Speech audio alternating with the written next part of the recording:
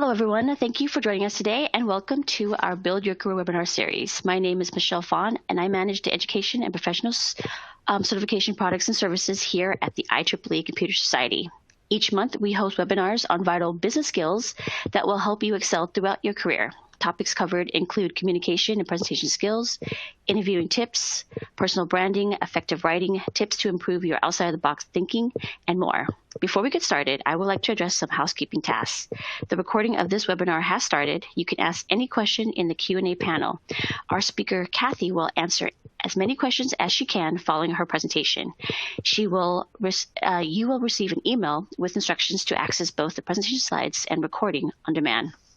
Today's webinar, Stand Out from the Crowd, resumes that will get noticed by employers and interviewing skills to get you hired. Our speaker is going to talk to you about how to build a resume that will stand out and how to prepare for an interview and to prepare a narrative that will land you that job that you want, using a step-by-step methodology and practical examples. She will provide you with resume writing and interviewing tips and share with you some of the most common mistakes. Joining us today is Ms. Kathy Land, IEEE President-Elect and IEEE Fellow. She has more than 30 years of industry experience in the application of software engineering methodologies, the management of information system, and leadership of software development teams. She is the author or co-author of a number of text, paper, webinars, all supporting sound software engineering principles and practical applications of software process methodologies. Kathy, thank you for presenting today. The floor is yours. Okay, thank you. So I'm really happy to speak with everyone today. I don't know if you realize I'm a longtime member of the IEEE Computer Society and a strong supporter of IEEE technical activities, and was very happy when approached by the Computer Society to do a series of webinars. So this is the first of two. I wanted to just touch briefly on the mission of IEEE Technical Activities. Its mission is to foster the development and facilitate the exchange of scientific and technological knowledge that benefits its members, the profession, and humanity. So that's this webinar and the series that the Computer Society supports is an important part of that.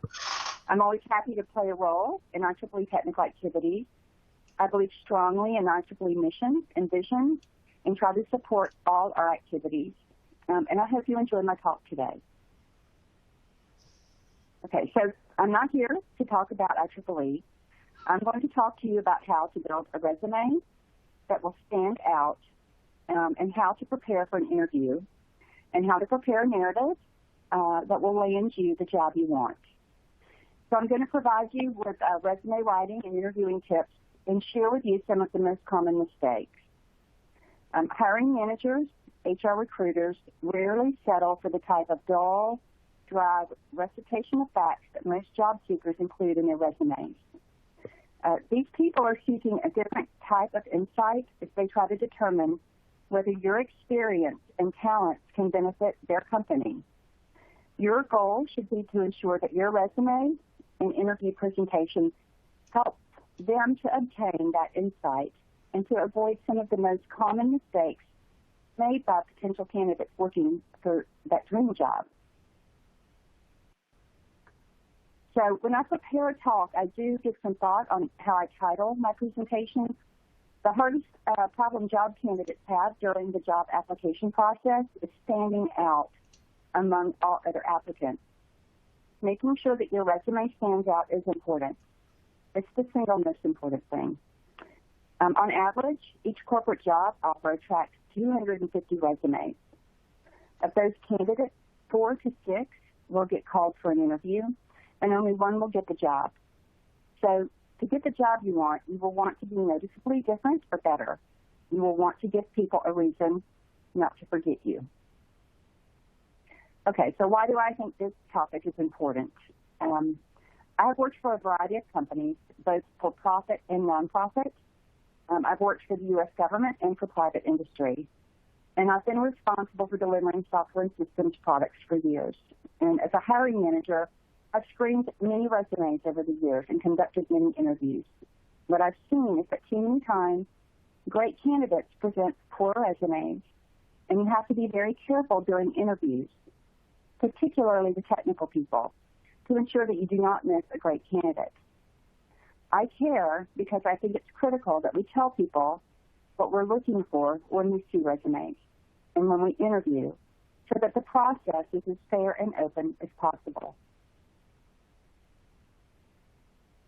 So before I dive in, it's important for you to get some perspective of what it's like when you're on the other side of the hiring process, working for a company on the inside, trying to recruit and bring in a new hire.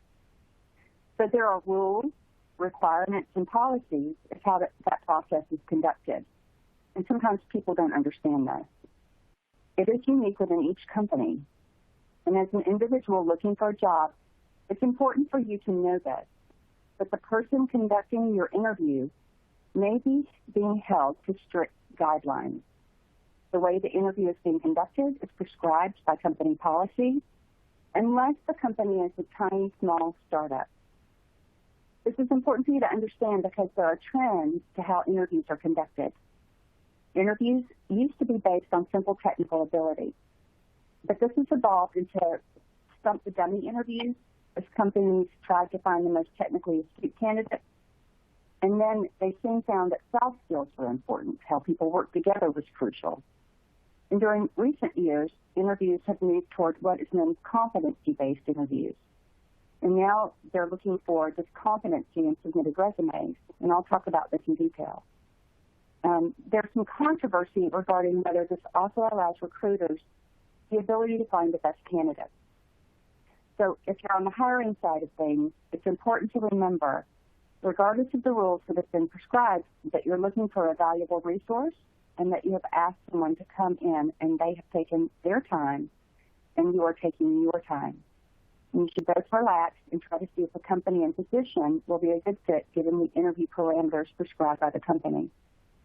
Too many times, because of the prescriptive nature of this process, whether the job will be a good fit is really just lost in the whole interview process.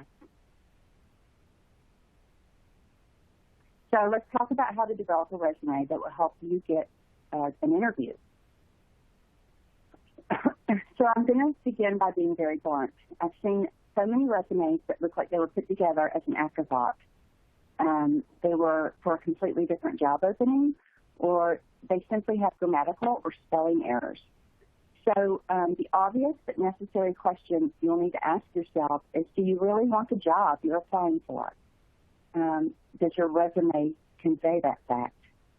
So if so, be prepared to work hard for the job you want. Research the company, look at the job description, look over your resume. Should anything change? Should you add or remove any items? Should you emphasize any missing skills? It's important to not only think of your technical skills, but to consider your soft skills. And I'll talk about soft skills in a moment. Is there any past experience that's not included that relates to the organization's mission or goals? If needed, get professional help building your resume. There's some jobs where this is a must. I know that when I applied for my most recent U.S. government job, I did this 13 years ago, I did get professional help. And the formats were so different as I transitioned from industry to the government, and the criteria for government jobs is so unique, I needed some professional help, and it definitely paid off. Be sure you spell check and have someone check your grammar. You can guarantee that your resume will be thrown out if it contains sloppy errors. It just shows that you're not serious in your job search. And if you look at the bottom of this slide, employers only spend about 6 seconds reading a resume. And I guarantee you I did the same thing. If they read your resume and there's something grammatically incorrect or wrong, if it's just not tailored to the job, they'll throw it out. So you've wasted your time. All right, so soft skills. Recruiters and hiring managers are looking for these, and they're critical that they be included on your resume. These are those things that are intrinsic to who you are. And what's important to remember with these skills is that they're portable across industries. It doesn't matter if you're an educator, an automobile mechanic, or an engineer. If you're a good communicator, this translates. So I'll describe the difference briefly between hard and soft skills. I mentioned that soft skills are transferable, and that would imply that hard skills are industry specific, and that's the case. Additionally, people tend to start with a set of natural abilities. For example, they might be naturally outgoing. Another difference is that hard skills are based on the acquisition of technical knowledge, where soft skills are related more to emotional intelligence. And you can see examples about soft and hard skills are described. For soft skills, a person might be described as detail-oriented or working well under tight deadlines, and for hard skills, they might be skilled in various specific programming languages or possess a specific bachelor's degree. I've seen a lot of resumes where an individual does is list hard skill after hard skill, and what I care about, or what I need to know, is whether they can lead teams, if they can give presentations, and I need to see demonstrated experience of this on the resume. Soft skills are important, and they're valued by recruiters and hiring managers. So if you look at the bottom of this slide, you'll see the CEO of LinkedIn, and he says interpersonal skills is where we're seeing the biggest imbalance. And I'll echo his sentiments. And I'll say I have many technical folks who can solve complex problems, but only a few who are equipped with the skills required to run teams, negotiate contracts, or present to customers. And those are the people that get promoted first and get the biggest salary increases. So I'm going to talk for a moment about why it's so important to include not only your technical skills on your resume, but your soft skills.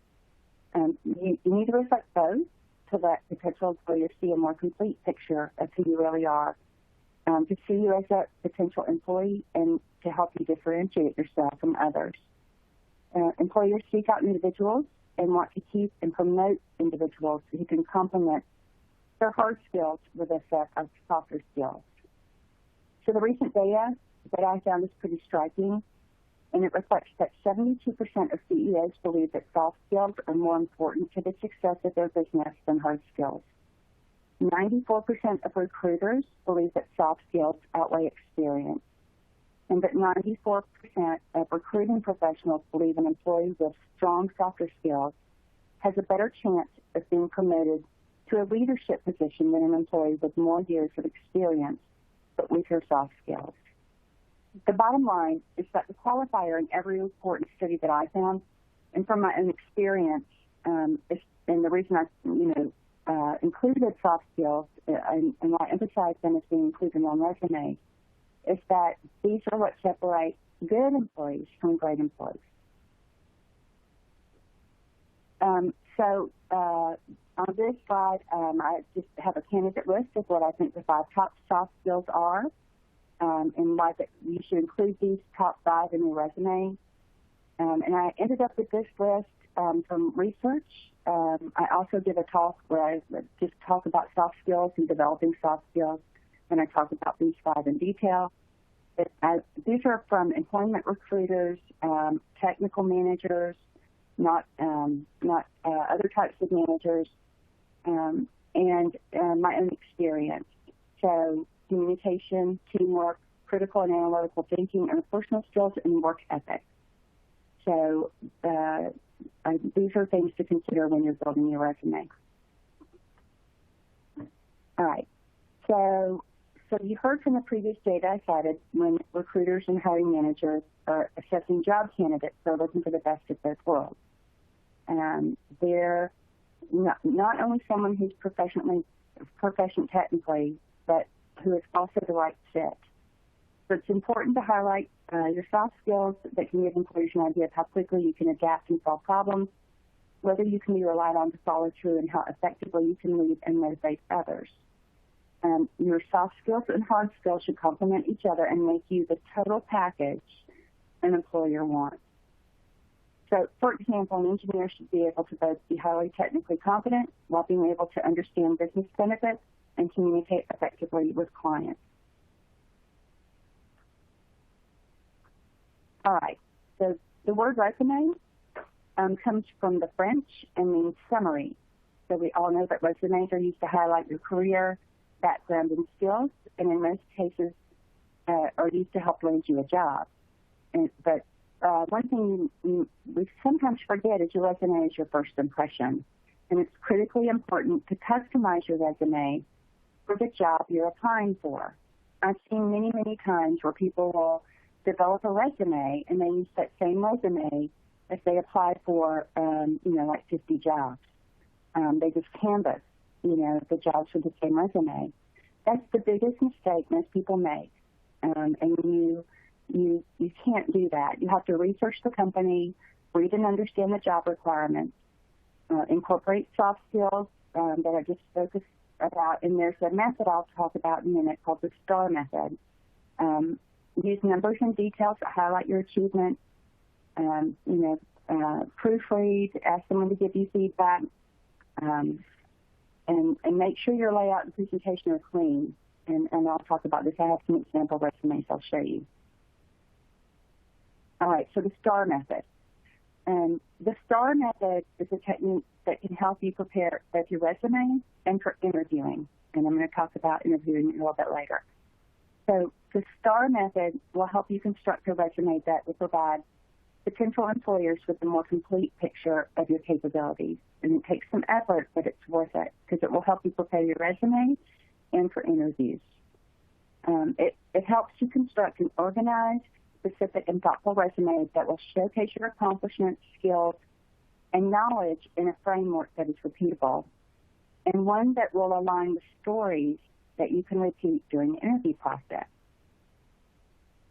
So STAR asks you to think of a situation in which you were involved that had a positive outcome. Describe the tasks involved, specify what actions you took in the situation to complete the task, and achieve the results and the results that followed due to your actions.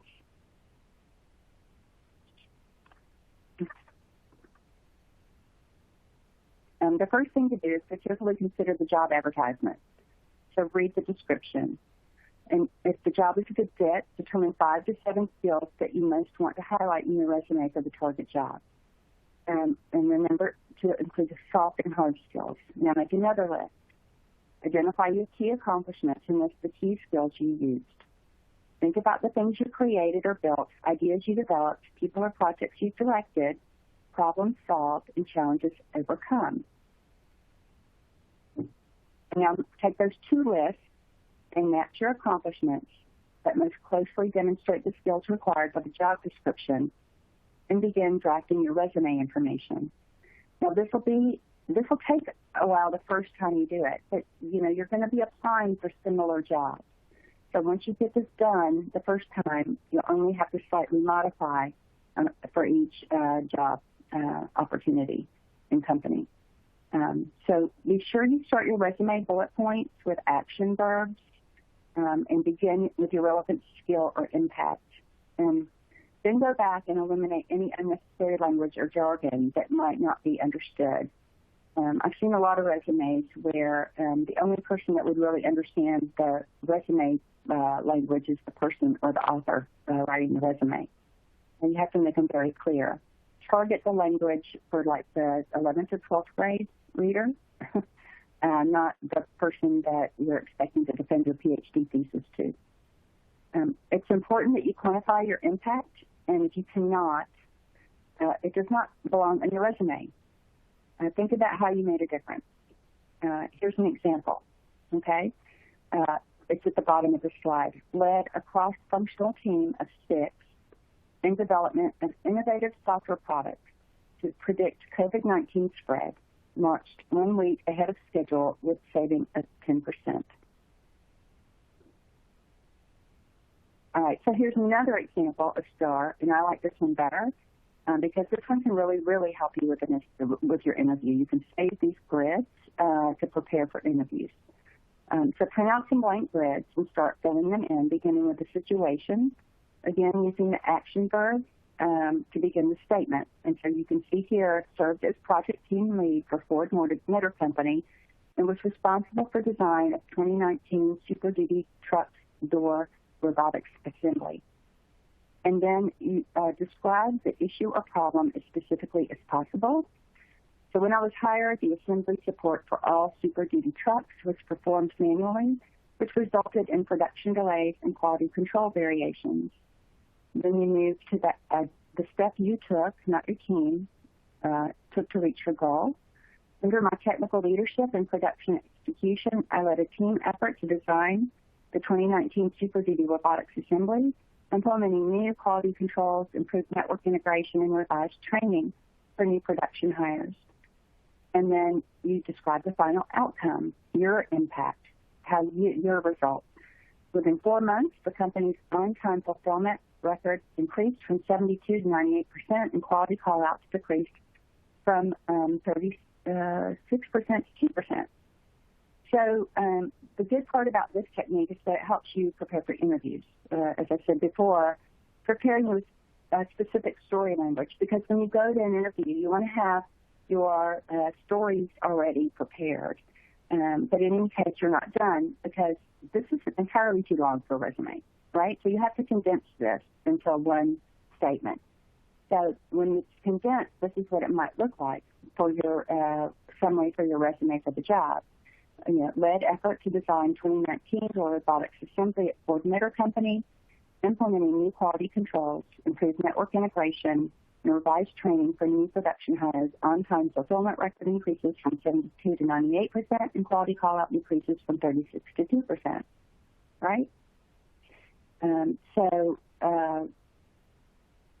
then at the bottom, I really like this quote: "Is to succeed in today's job market, you have to think of your resume as an advertisement targeted towards your future employer."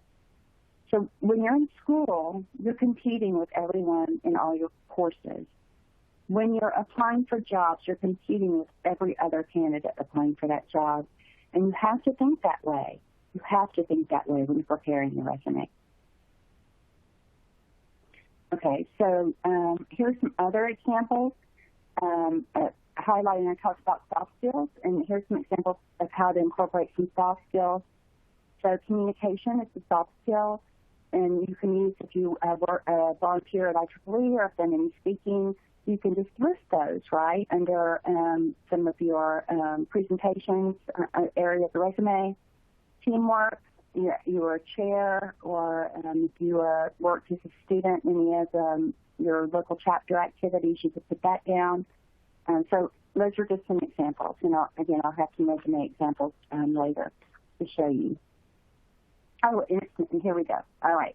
So here's some examples of it before and after.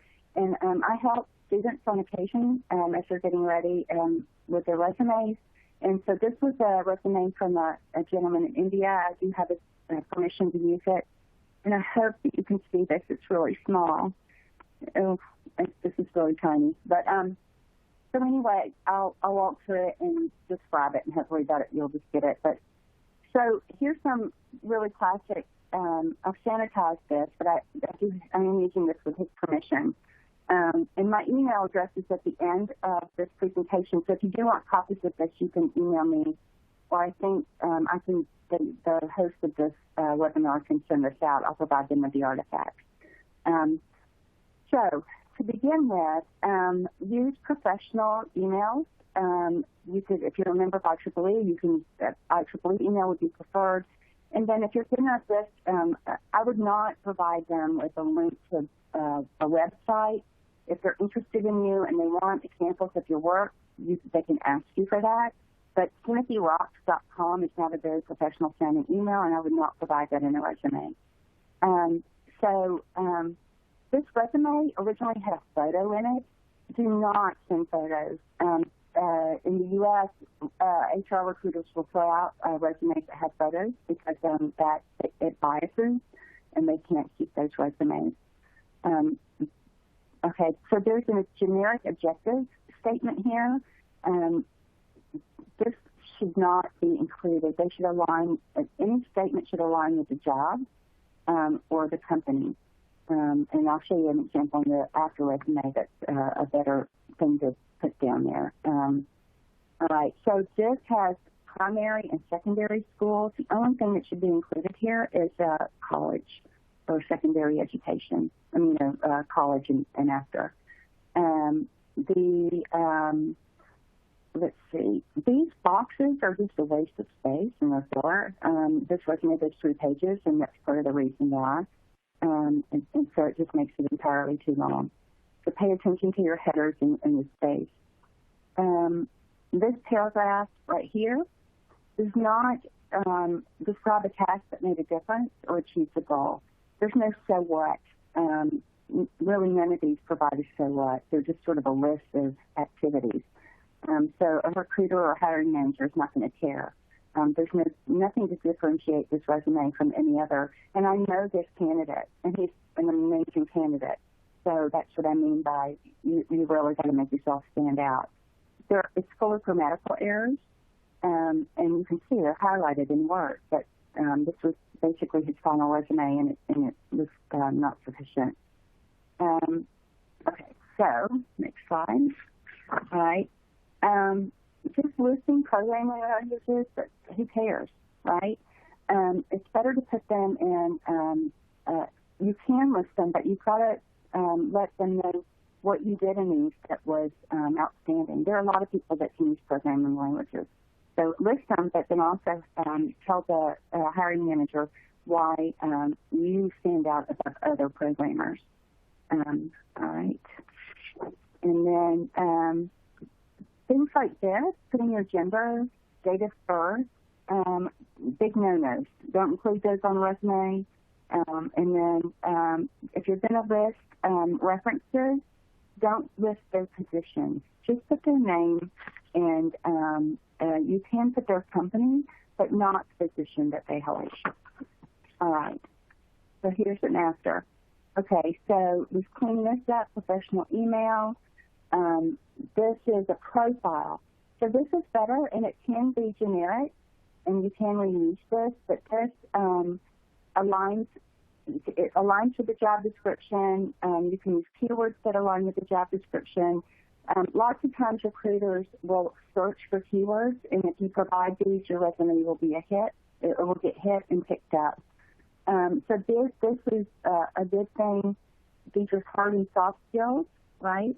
So you've got some programming, you've got some soft skills, and this will catch somebody's interest right away. So this is some work experience. This is done for the STAR method. And then you've got internships and education right up front, right? So they see that you not only have education, but the internships that were on the previous resume were hidden, elevated. You including certifications right up front, which were really important to a lot of hiring managers, because many times they have to train people. This right here, again, with the STAR method.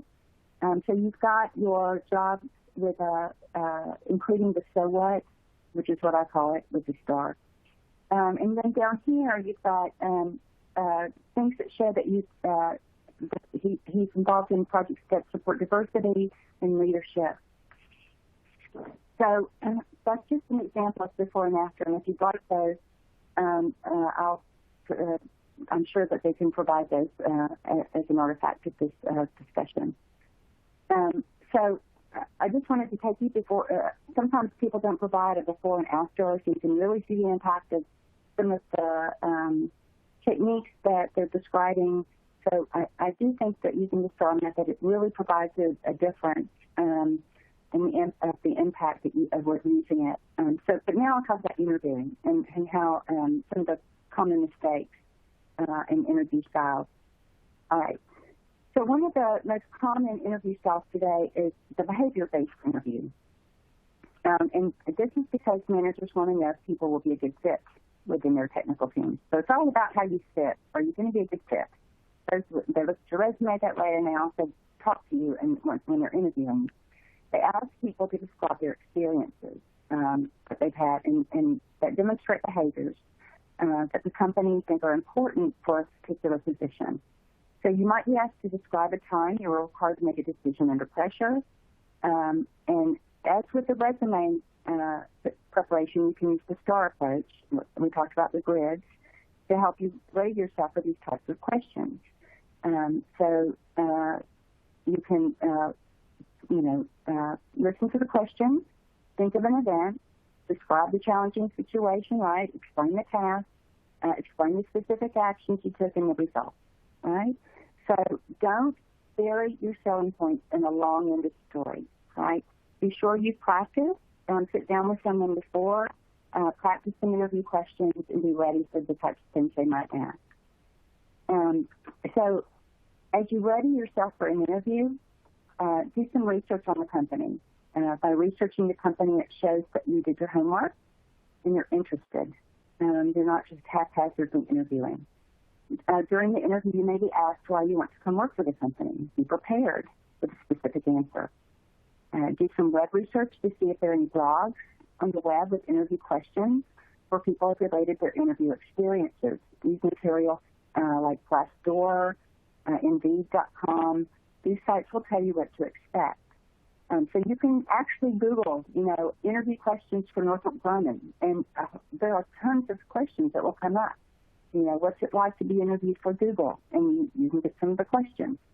So be prepared with at least, and also be prepared with at least 3 to 5 key selling points as to why you are the best candidate to work for this job that you're interviewing for. So here's an example. Why are you the best job candidate for this?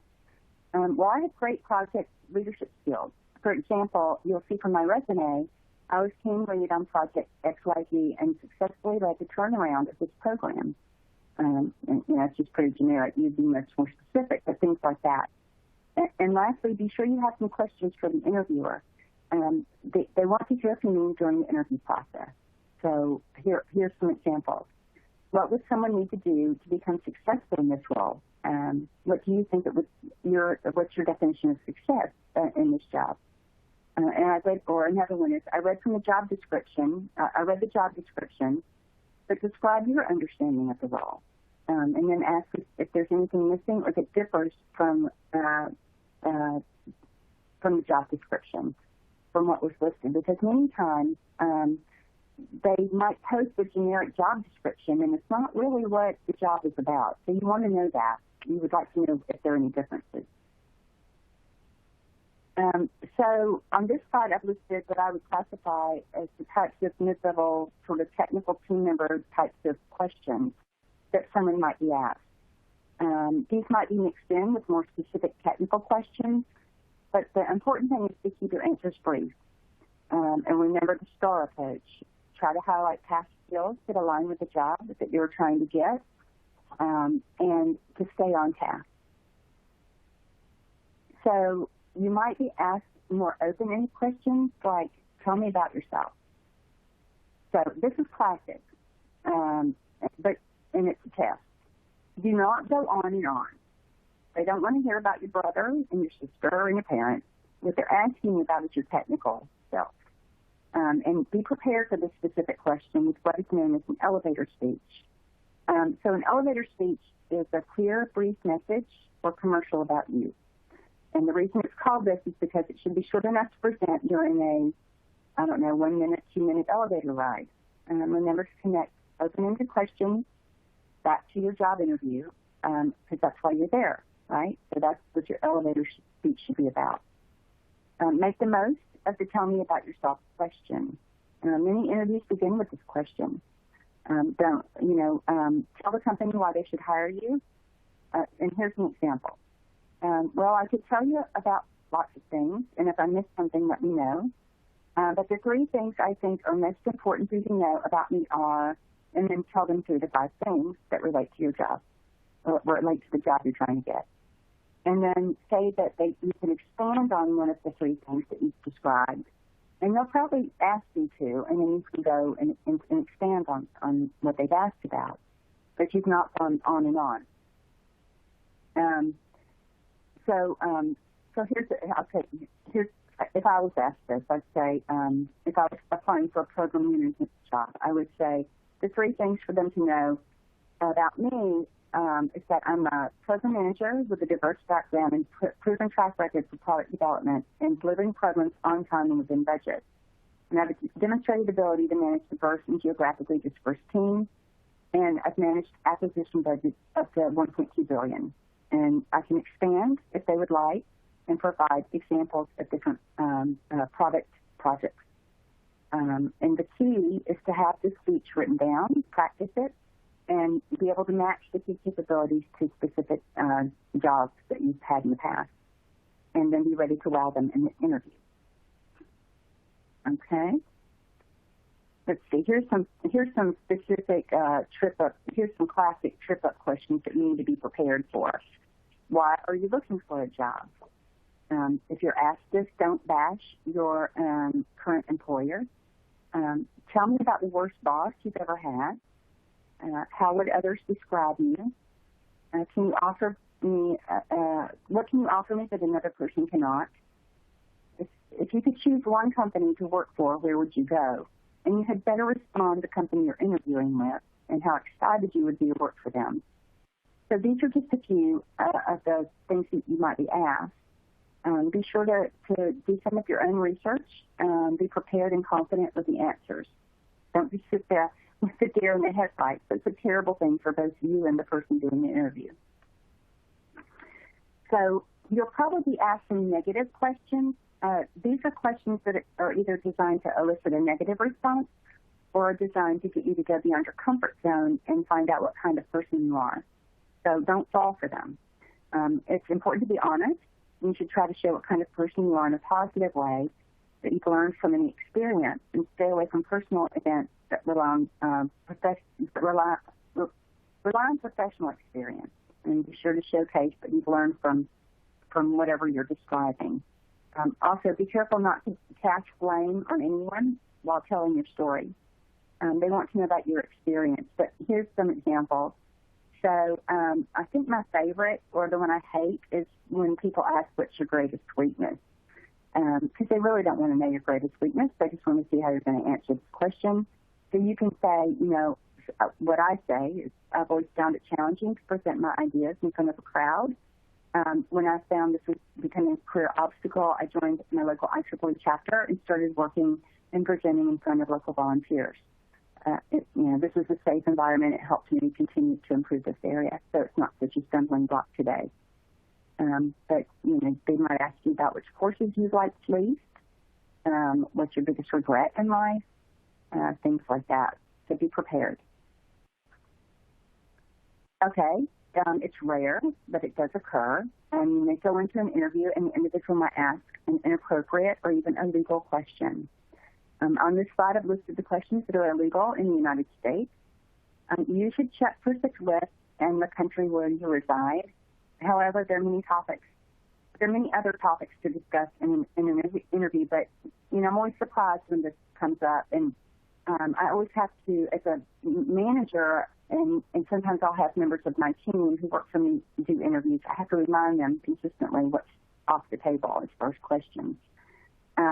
So if you're asked, like, one of these questions, like, if you're married, you can simply state something like, well, my marital status does not affect my ability to do this job, and then divert them, follow up with a question about the job or the company. Or you could redirect and ask the interviewer why you would think the marital status would affect your ability to do the job. There may be a reason behind them asking, like maybe it requires 80% travel, and you might want to know that. You might not want the job if it requires that much travel. So during the interview process, there's some basic things to think about. And one of these, it's like your body language, how you engage with others. So you may be doing everything right. You may be answering the questions great, you might be engaging, but if you're not actively listening, if your body language, if you're not making eye contact, if you're dressed like a slob, if your cell phone keeps going off, you're not doing yourself any favors. So pay attention to your body language. Excuse me. Do you look at people when they're talking to you? Ask somebody you really trust for feedback. Do you let other people finish their sentences? Do you ask them questions? There are ways to show you're interested and engaged. Think about your voice, the tone and cadence. Do you speak too softly, too quickly? And think about, how to stay engaged. And most importantly is believe in yourself. Technical people tend to be introverted, and that's great. That's just how we are. But it's not a great feature when you're trying to showcase yourself during an interview. So I'm getting close to wrapping up, but before I do, I want to highlight there are a couple of great IEEE resources that are available if you're job hunting. There's an IEEE job site, and using this site, you can upload your resume, and employers looking for IEEE professionals will give your resume preference over other job seekers. You can also search for jobs that are posted, and the web address is jobs@IEEE.org. There are two other valuable resources from societies. There's the Society, Computer Society, that's hosting this webinar, has a great job site, and then PES, Power and Energy, has a great career site where you can also look for employment. So to summarize, to get the job you want, there are a variety of resources available. Do your research. Remember to target your resume. Each company and specific job is unique, and your resume should be paired and tailored to each job. Remember the STAR approach and include both soft and hard skills, and be prepared for the interview. Just practice. Research the company and the types of questions you might be asked. And lastly, follow up on each application. Be sure you contact the company after the interview regarding the status of the application. It's important. Again, thank you for your time and attention. I hope that what you've heard today is helpful. Again, my name is Susan, but I'm called Kathy, and my email address is on the slide. I'm on Instagram and also on Twitter. So there are multiple ways to contact me if you have any questions after this. Thanks. Hi, Kathy. We have a few questions that I'll read out to you. Okay, let's see. For a resume, is PDF or Word file format preferred? Well, it really depends on the company, because some will have you submit it. Most of them take resumes in an online system, and so they'll ask you for a specific format. Like they'll have you download it, and they'll ask for PDF or they'll ask for Word. So it just depends on the company and the format that they request. And most can, with software today, if you give them a PDF, they'll convert it to Word, or they'll, convert it into the format they want. So unless you password protect it. So, be prepared. Have it in either format, but it just depends. It's dependent on the company. Okay, great. Here's another one. Resume tailoring to a position. Should that be on the top of the first page? Example, outlining specific accomplishments directly relating it to the job, 6-second read, or that should extend to the rest of the resume? So repeat the first part of it again. Resume tailoring to a position. Should that be on the top of the first page? It should apply to the whole resume.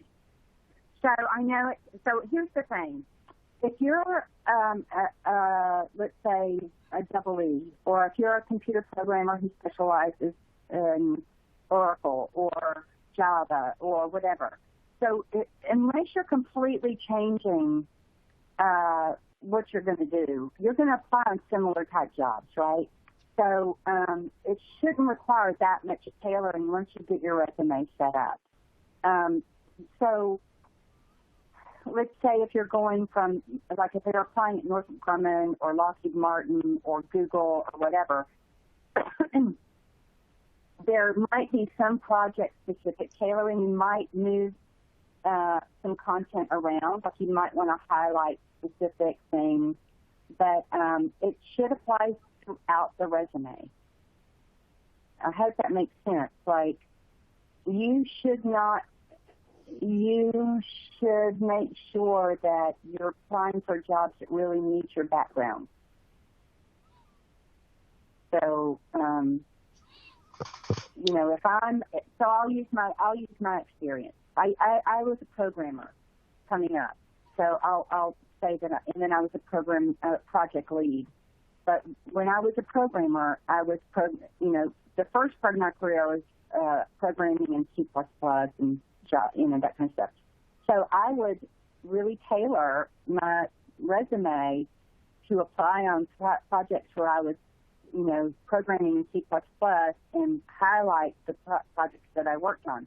Then I moved into Oracle-based projects, and I had to get certified in Oracle, and I highlighted that stuff at the front of my resume. And then I changed my work to highlight the more back-end programming I did in database work. And that's how I changed my resume to get those and to capture the more Oracle-based jobs I was working for, trying for. So I hope that makes sense. But your whole resume should be tailored.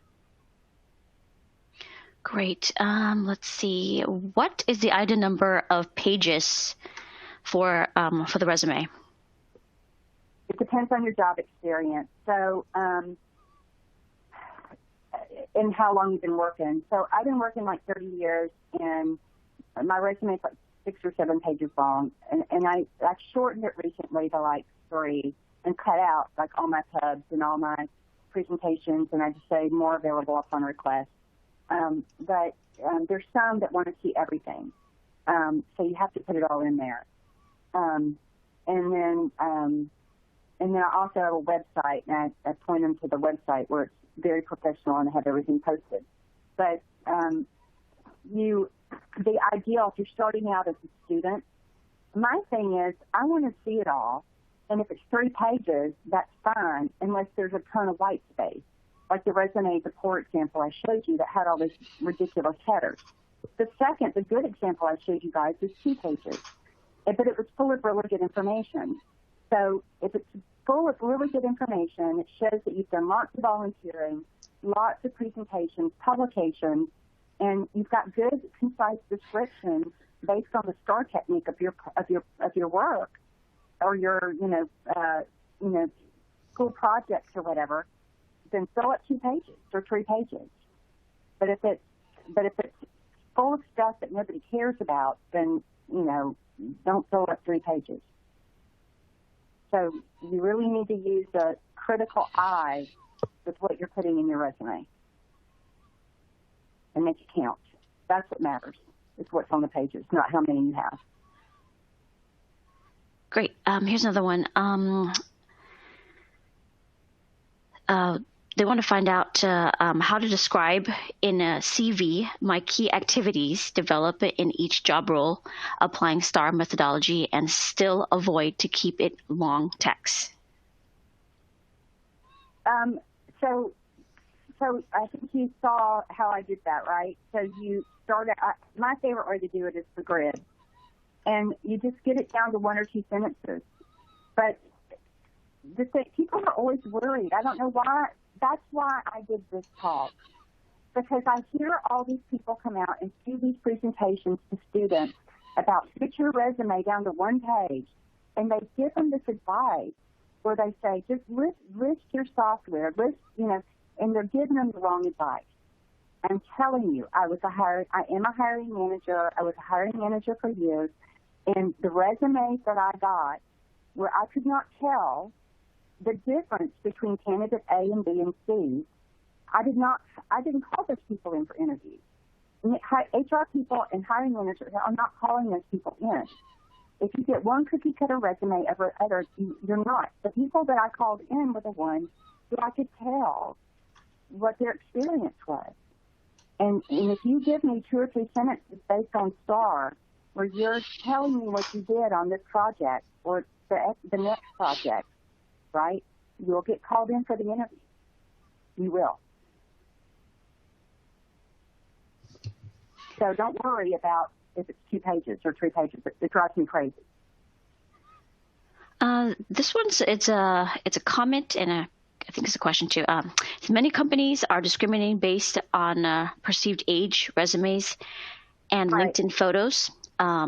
Right. potential mothers or health. Right. They don't want to hire women who may cost more than Right. entry level and or require remote time off. How do you overcome resume employment gaps? How do you overcome Right. getting excluded by a quick resume assumptions of this person, older and probably too much money? Right. So, number one, I'm not on LinkedIn. I would delete your LinkedIn profile. I think LinkedIn is terrible. I'm not on Facebook either. So anything you give an employer, any ability you give them to look you up and find out any social media information, that's going to be used against you. So that's just my advice, right? So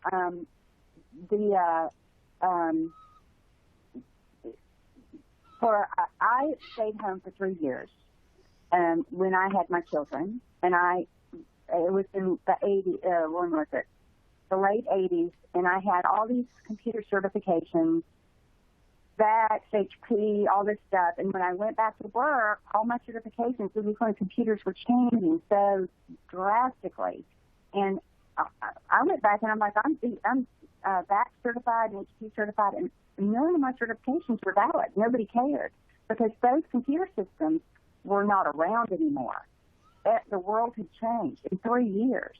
So I feel your pain, right? Not only was I facing like the discrimination of I went from being paid a ton of money, I had to take an entry-level job, right? I went back and my first job back in the job market was I was a curve fitter for a computer curve fitter, which is like a entry-level job in computers. So, but, you take what you can get, right? So my advice to you is to put your experience on your resume. Do not list, I said in my thing when I was going over, don't put your gender, right? If you list you had a job gap, and when they ask you when you come in, you just tell them that you had to take care of a family member. You don't have to tell them why you were home. You just said you had to care for a family member. They're not allowed to ask you, why you were home. You just tell them you had to take care of a family member. And then I'm trying to think of what else you asked, but so I think that. But you're going to have to take, if you have employment gaps, you are going to probably have to take a pay cut and start back where you were when you left. That's just sort of the brutal truth of it. And that's the nature of our industry, really sort of more so than gender discrimination. I hate to tell you that, but it happens to men too.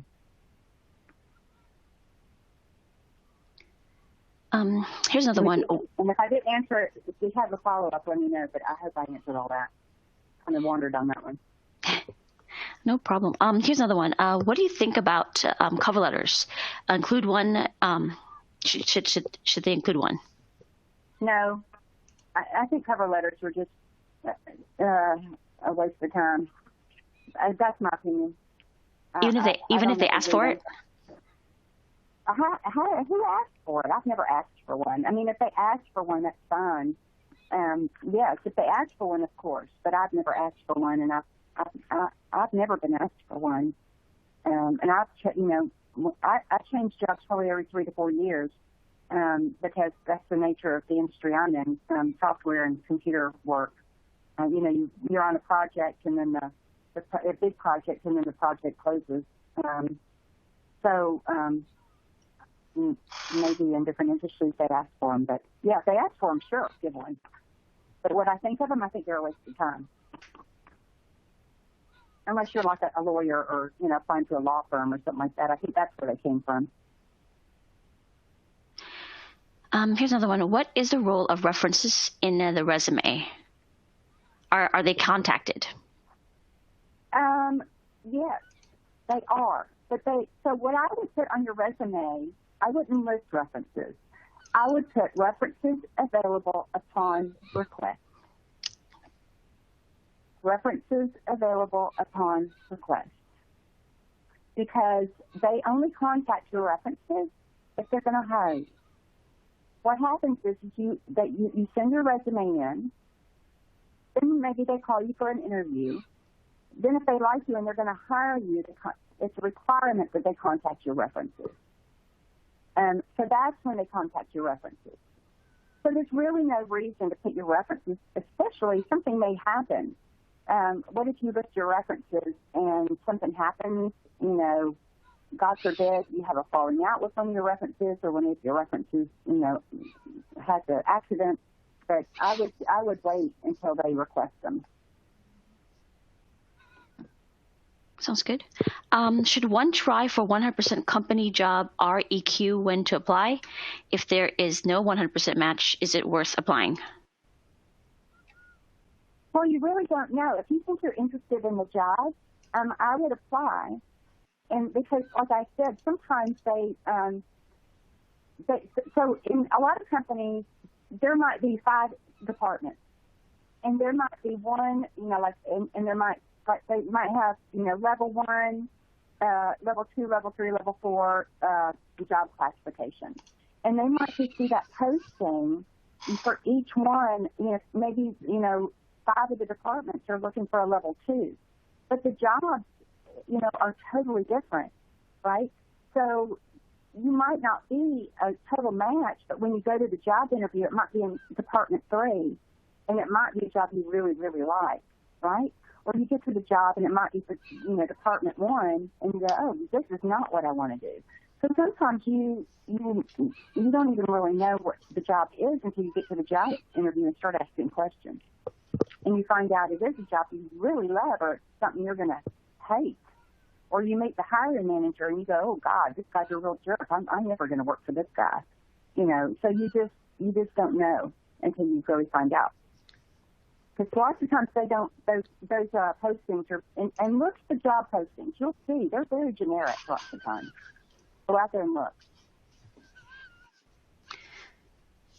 Let's see. Someone wants you to expand on the negative aspects of LinkedIn. The university I am with it is strongly emphasizing using LinkedIn. Well, I just don't like.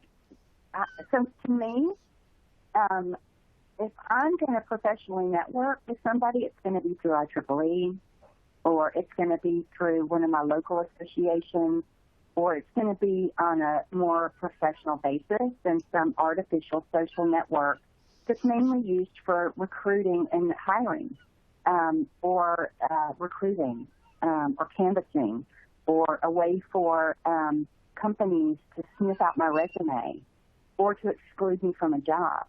And that's what I've seen it used for. And I abandoned the platform, like 10 years ago.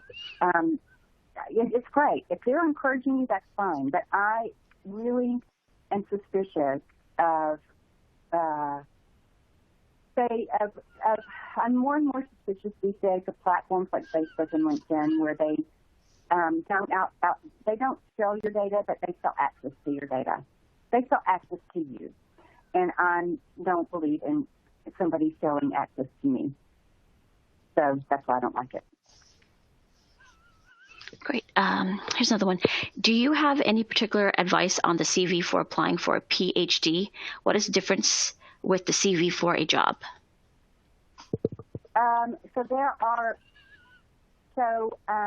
There are 3 types of resumes that I'm really, just off the top of my head. One is a CV for a PhD. One is a professional resume, like you're applying for like a Lockheed or Northrop. And then the other is a government resume. And the government resume is totally different.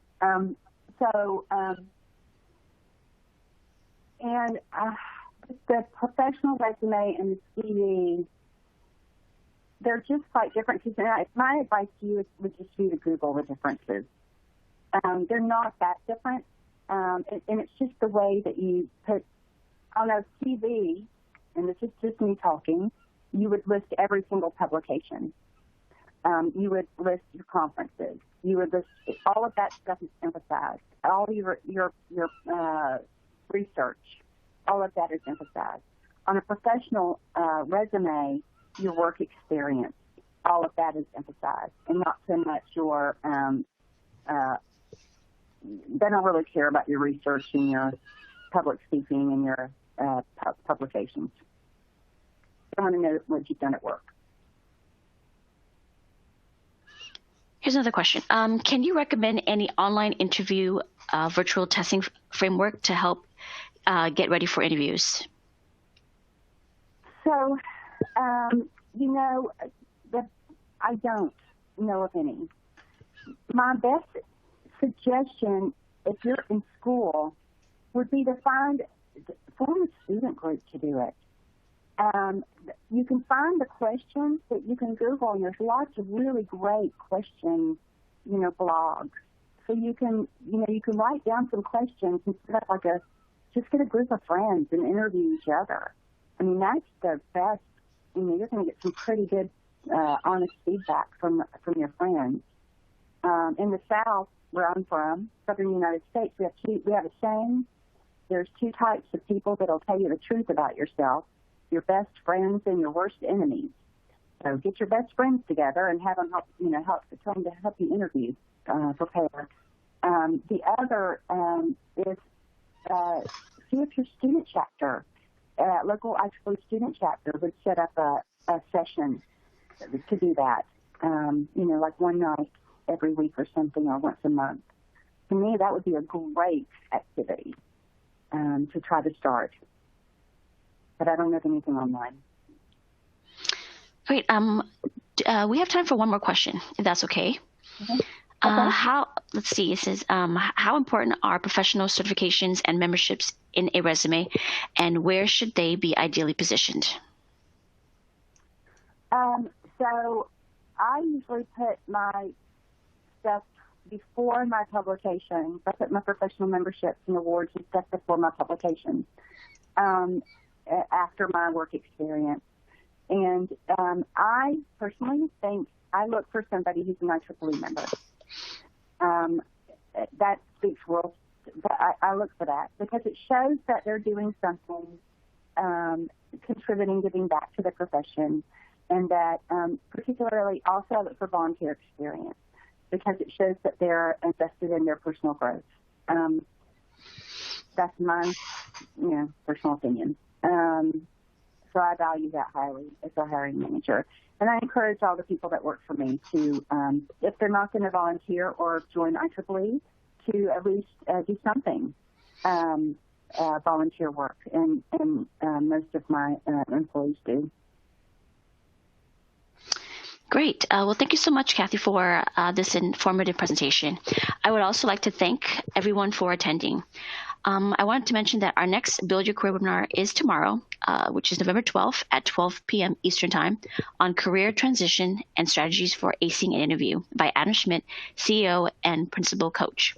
Our next Distinguished Lecture webinar series will be held on the 19th of November at 11 a.m. Eastern Time on the impacts of emergence, nonlinear dynamics, and chaos theories on engineering, presented by Chuck Eastrom Consulting. Registrations for these upcoming events are now open. We will be sending you a link to these future events along with the slides and recordings of this webinar. Thank you again, everyone, and have a safe and wonderful day.